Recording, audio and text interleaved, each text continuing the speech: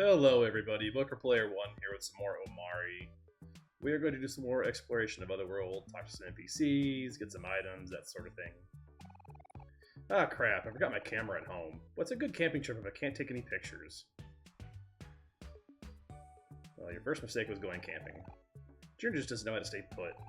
All he wants to do is go outside. Sorry to bother you, but you've seen my son anywhere? We looked away for less than a second, he's gone and ran off again. Could you keep an eye out for me? You'll know when you see him. He looks just like me, haha. It's a pretty easy quest, we're gonna bump into him here pretty shortly. Yeah, I'm not really a big fan of the extra wide bed for a family of 3. Like, that's just not... It's not happening, Captain.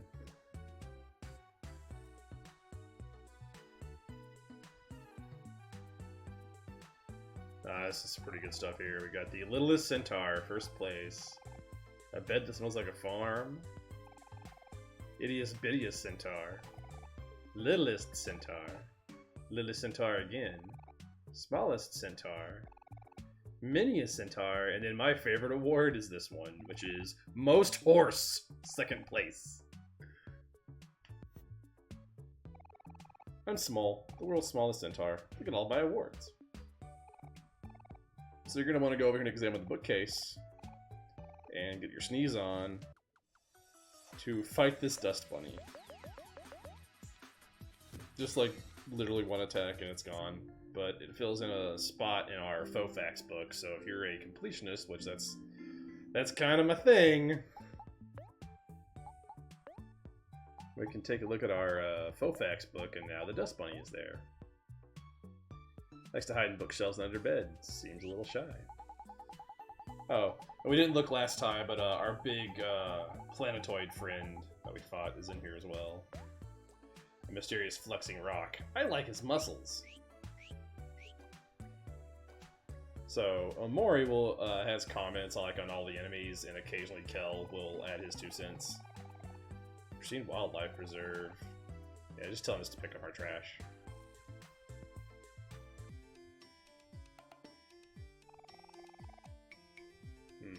Full of merchandise of an obnoxious looking person, statue that's an obnoxious looking person, looks about an obnoxious looking person. I'm sensing a theme. Just a little bit of a theme. Except for the bed. The bed is surprisingly normal. The bed is not obnoxious.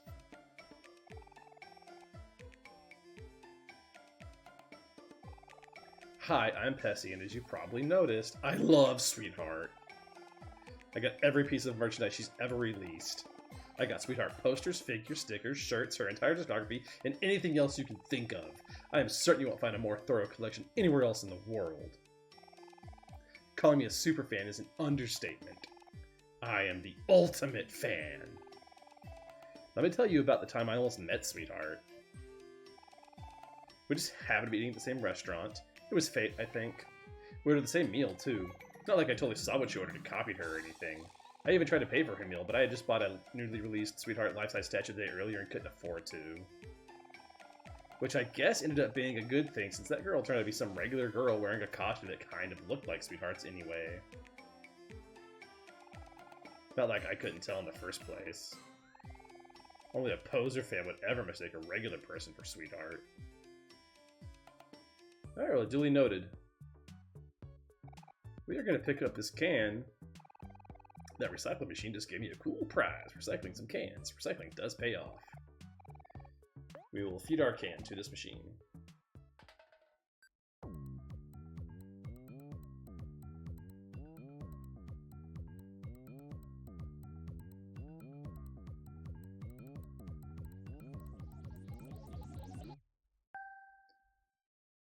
So give us some clams. So as we explore the junkyard and other areas, we can find other items like that can, like junk, and come feed it to the machine for more clams and some items occasionally. Yeah, the captain suddenly decided he wasn't going to travel anymore, so half the crew took a ship and left. That's rough. That's rough, little dude. Things have been so boring around here ever since Captain Space Boyfriend took charge of the space pirates. I mean, look at what Space Boyfriend's done with the old captain's ship. Captain Pinkbeard would never approve of this.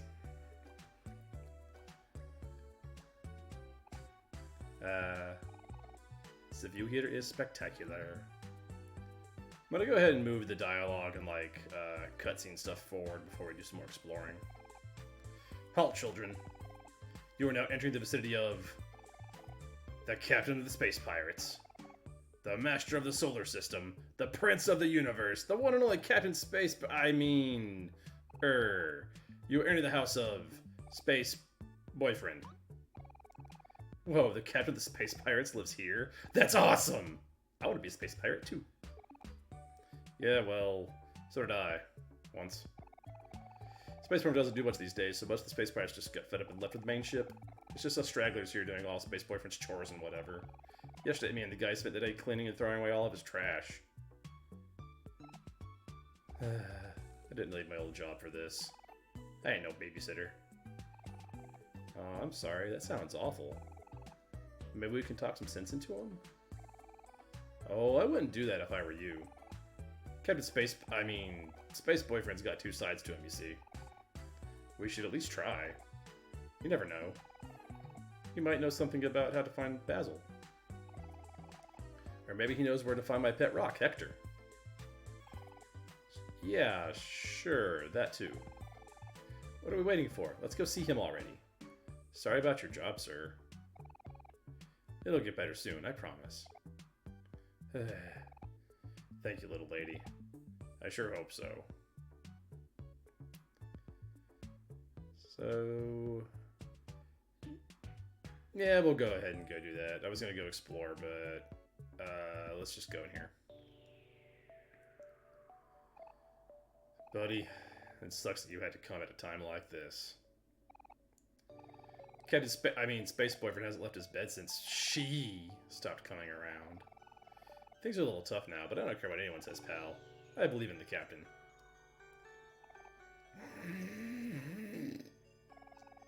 All I hear lately are the rest of the crew complaining about being bored. Am I the only one who kind of enjoys cleaning around here? Space Boyfriend, what can we do for you, bro? Why won't you leave your bed? Man, that is certainly a mood. And it's kind of one of the things that the warning at the beginning of the game kind of alludes to, like depictions of like depression and anxiety. Because if you are even a halfway functioning adult, like you've had days like this where you just lay in bed all day.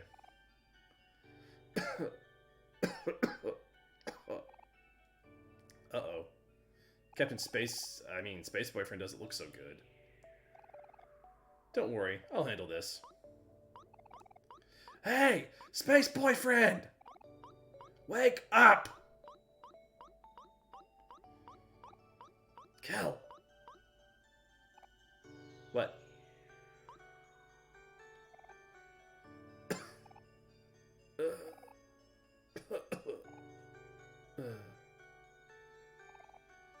My precious sweetheart. Aw, he sounds so sad. There must be some way to help him.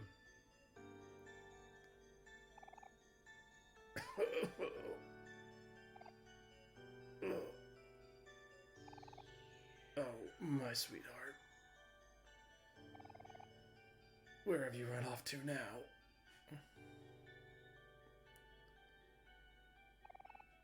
Oh no, not again. Space Boyfriend's feeling the heavy blues. Here, my guy. This'll cheer you right up.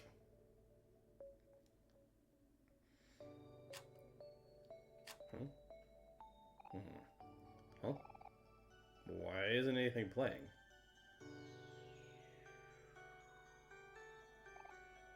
Oh no.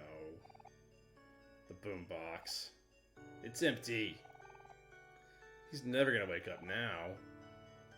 Or even worse, he's gonna wake up angry.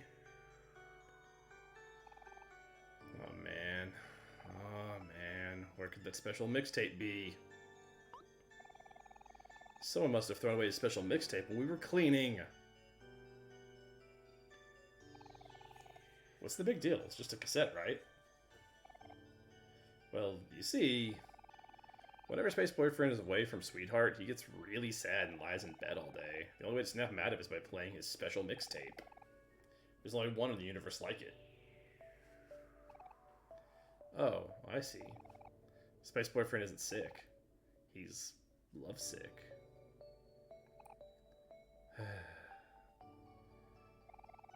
If Space Boyfriend stays like this, the once great coalition of space pirates will be lost for eternity. Oh. Man. That sucks. Well, let's go.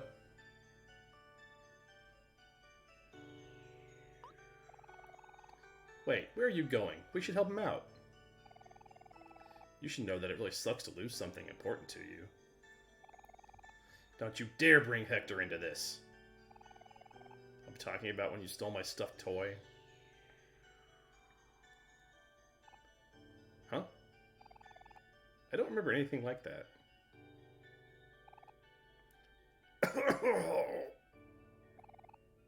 Oh, sweetheart. My perfect goddess. Oh. My sweet jelly-filled donut. I think he's getting worse. What should we do, Omori? Should we help him? But thou must. Thanks, my guys. I really appreciate it. Here, take this. A junkyard key. This key unlocks the junkyard. The special mixtape should be somewhere in there. He's gonna open a Scott Pilgrim door for us. You can get there through the secret entrance to Space Boyfriend's backyard. Pretty convenient, eh? So again, that's definitely a mood. I feel you, Space Boyfriend. I have been there. It's awful. It's kind of embarrassing. It's not a good place to be. Like, I know it's kind of played for laughs here, but like I said, it's definitely a thing that I'm certain that lots of people have gone through. Just that being stuck in bed and just rotting all day because you are that depressed over what's going on. Alright, before we continue any further, I am trying to remember how to get to this TV building over here. I thought it was through the trees. It's been a minute. No? Oh, okay. No, I remember now. Okay. It is through the trees, but we gotta go up here first.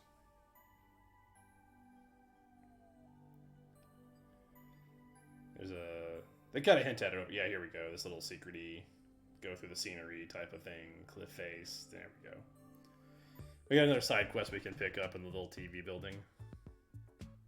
So we're gonna.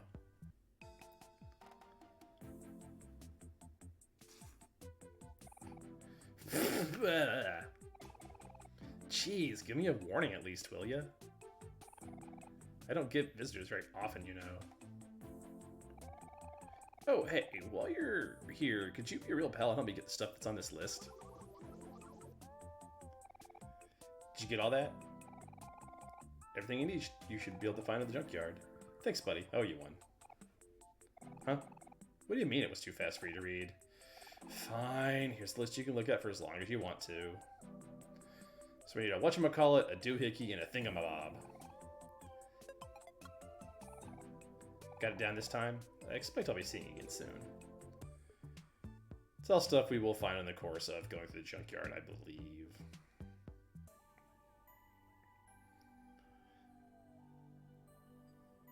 I'm gonna take a look at some of the new enemies and stuff around here. Like, we have this wormhole. Let's go fight the wormhole. So, this wormhole enemy is, it's one of the ones that, like, really makes me see the Earthbound roots in this game. Just because his main gimmick is, he will, call in for other enemies to come assist him. Yeah, there he goes. He opens up a wormhole and he makes a space bunny appear.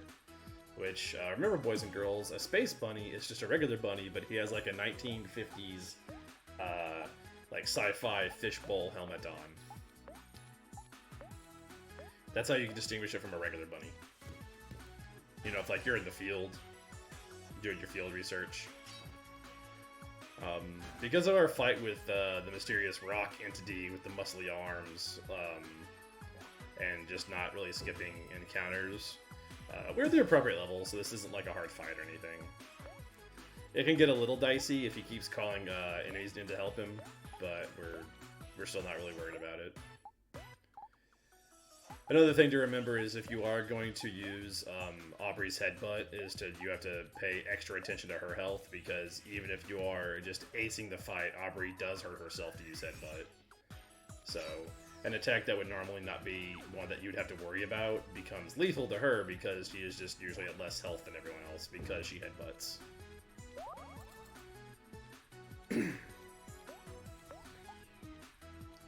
Yeah, the wormhole. He's got the magic pixel. That invisible pixel.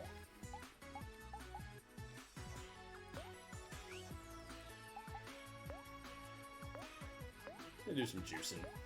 Do some cooking.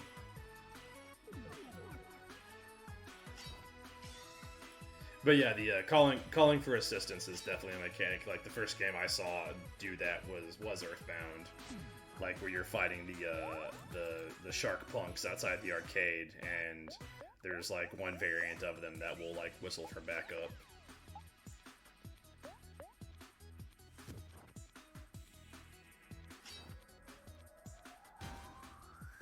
Oh, okay, kill is at 1 health. That's okay, cool. We got it. All right, we will heal up. Some decent experience. Omori got a level.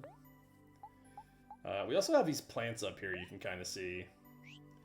They intentionally look like the watermelons that act as like the item boxes in this game, and that's on purpose, because I totally fell for it the first time that I was playing. Walked right up to it and was like, oh wait, that's an enemy, great. We'll end up fighting one here in a second. They're not really super dangerous, they just have like a lot of health. Hey, I know this guy. The stars sure are pretty, huh?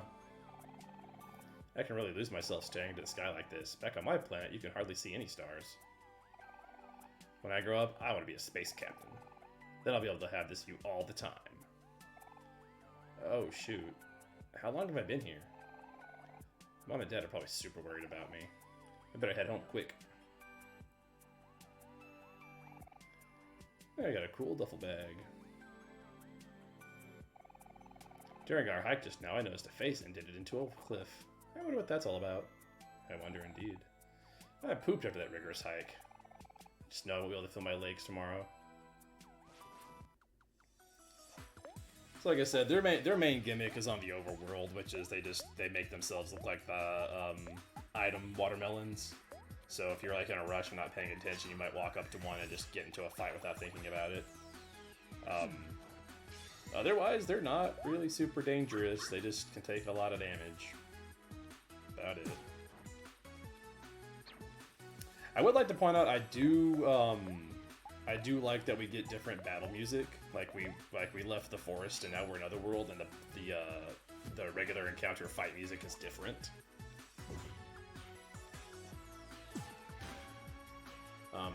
Another kind of throwback to Earthbound, I feel like. Not that the music changed per area, but it was, there were a couple of different battle themes in Earthbound for your regular overworld encounters. Yeah, there we got it. 90 XP, so like they're worth fighting at this level. Except remember, like we only got 40 more for killing the wormhole and his buddies. Let's do some juicing.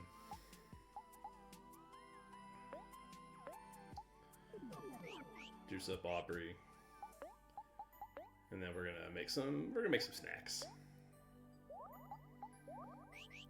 Because everyone knows if you repeatedly headbutt a plant monster, cookies make it all better. All right, that guy's gone.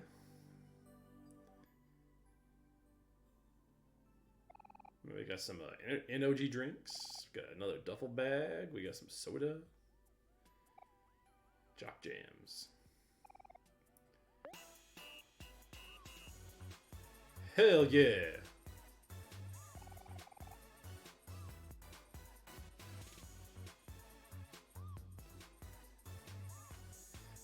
And if nothing else, the music in this game is amazing. Like, even if this is just, like, super not your cup of tea for games, like, the music is really good for it being, like, a throwback to the old, like, 8-bit style RPGs. Alright, so we're gonna hack through these cones. Go ahead and go this way first, because there is, you can see there's a watermelon over there. Our goal is to reach that sprout mole that's in the middle. But do this first. So this would be a good time to talk about some of the non-mechanical things in this game. Mostly just how much I adore the art style, like the enemies and our little portraits here, the backgrounds and the attack animations and stuff like that. Like, it's an aesthetic I really enjoy, and I think it's not a point people try to make anymore, but it was kind of a thing, like, when I was growing up, like, that a game's graphics, like, were super, like, there's a big emphasis on the graphics, and if a game had bad graphics, it was like a deterrent, like, oh, well, the game's not worth playing because it doesn't look super pretty, it doesn't have the 50 bajillion polygon count, 200 million FPS, high quality video, whatever, like, whatever techno jargon was being thrown around for, like, whatever was the bleeding edge of gaming at the time. And this being a relatively like new game and looking like something that could basically be played on, like, a Super Nintendo, maybe minus, like, the animated cutscenes and such.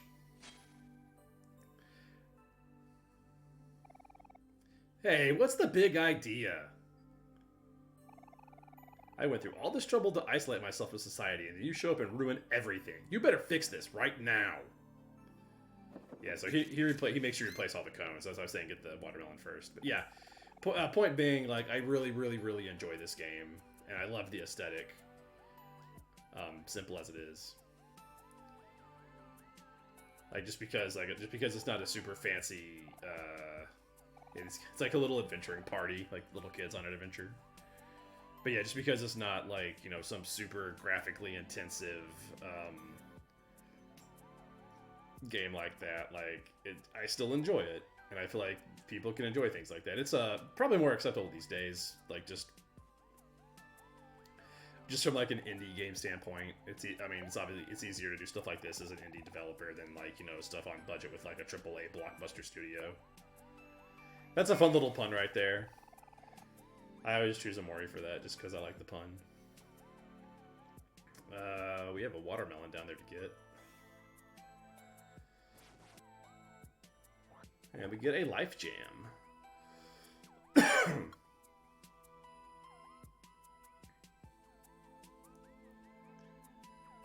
But I feel like that sentiment works backwards as well. Like, now, part of that is nostalgia, I suppose. Like, if you grew up playing, what is the password? No password, no entry.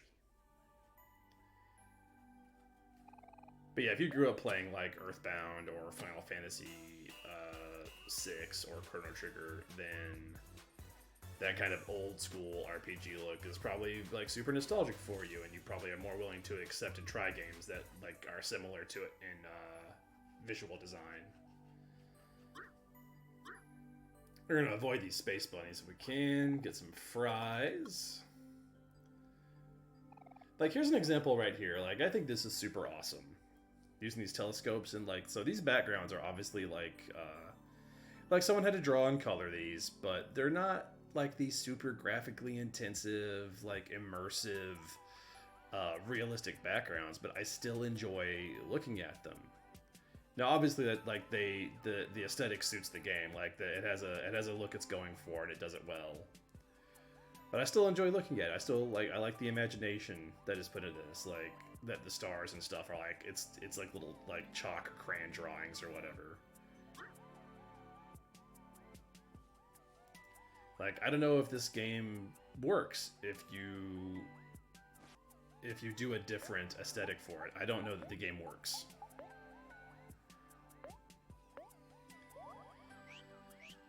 That plant took some meat out of us.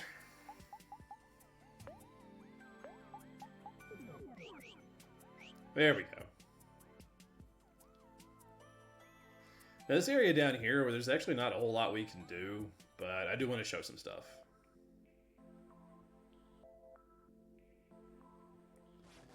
Now we got a snow bunny that's, the snow bunnies are a little bit above our pay grade, but we'll try to fight them.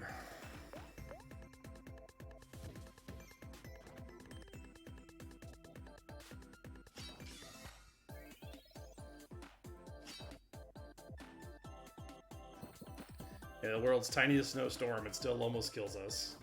That's great.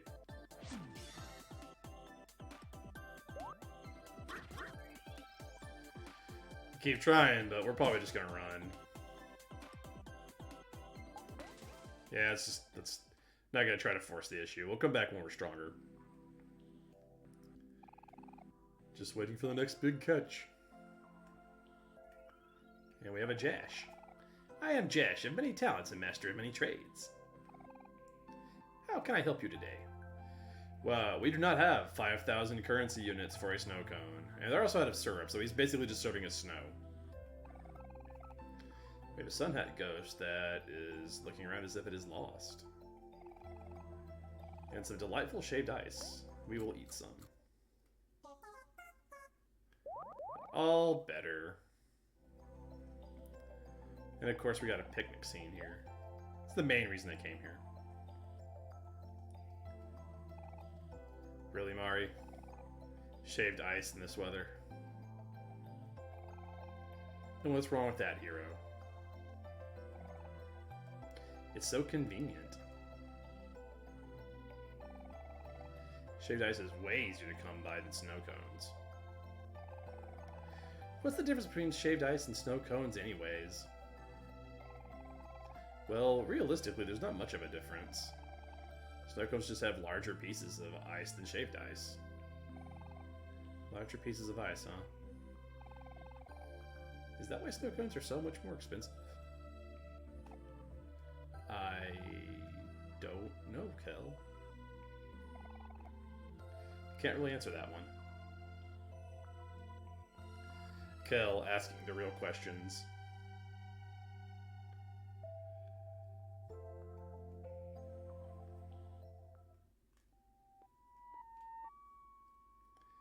A ghosty? Bye, ghosty.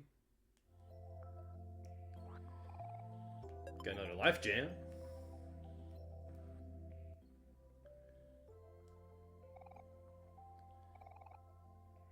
Yeah, there's a theme here. Everything here is cold.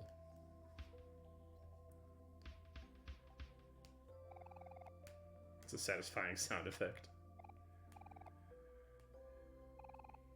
Yeah, so this is a classic RPG trope where it's an area that we can discover early on, but there's not much to do here just right now. But I wanted to at least show you guys where I was and look at the picnic scene.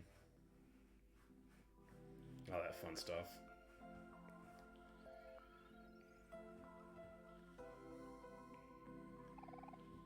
It's a snow cone machine, and it accepts snow cone tickets that we don't have any of.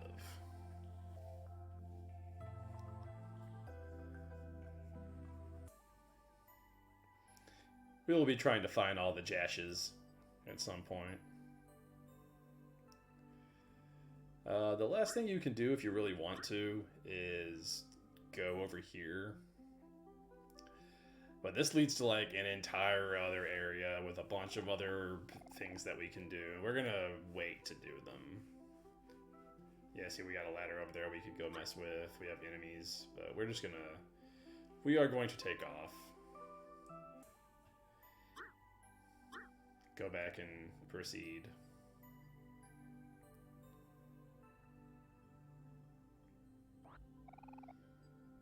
Starfruit soda, almost missed that. And we got Snally. Oh goodness, am I in your way? I'm so sorry. I'll move over.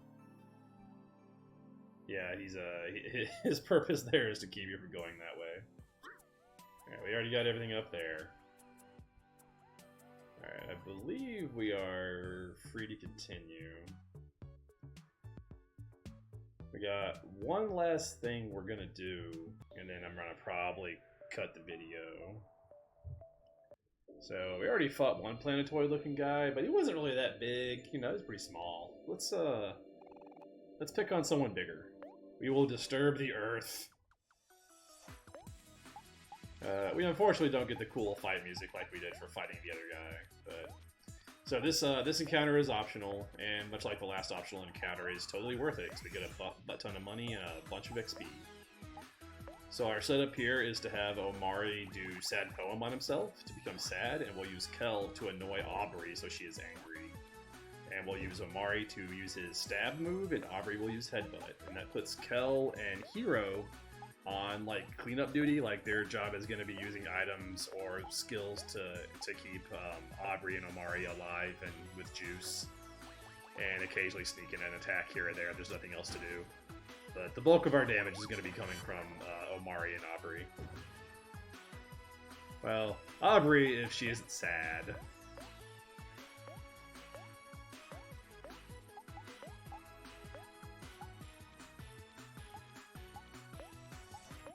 Using those skills is juice intensive, so that's something you have to like watch out for, so you don't have a turn come up where you're wanting to use like stab or headbutt and can't because you're out of juice. Oh, or Aubrey could just not be alive anymore. That's cool. When we have Life Jam, we'll fix it. I don't want to have what happened last time because Aubrey is behind because of what happened in the fight with our big muscly rock man. So it's not a huge detriment, but like it's kind of triggering. So I like all my characters to be about the same level if I can help it. There we go. Back in the fight.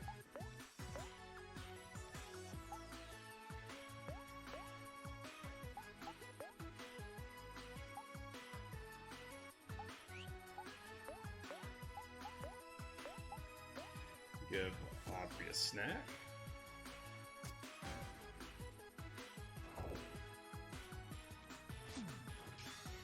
There we go. We can just look at Kel, and that'll also annoy us, make us angry. It's like, Aubrey's angry, here, have a cookie.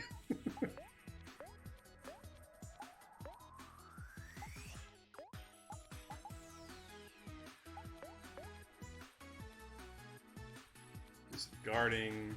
Now, the Earth, yeah, there it is, I was waiting for it. It has its big nuke attack, which is the one thing you have to kind of watch out for. But if you're doing well, it should only get one chance to use it, as far as I know. That's it.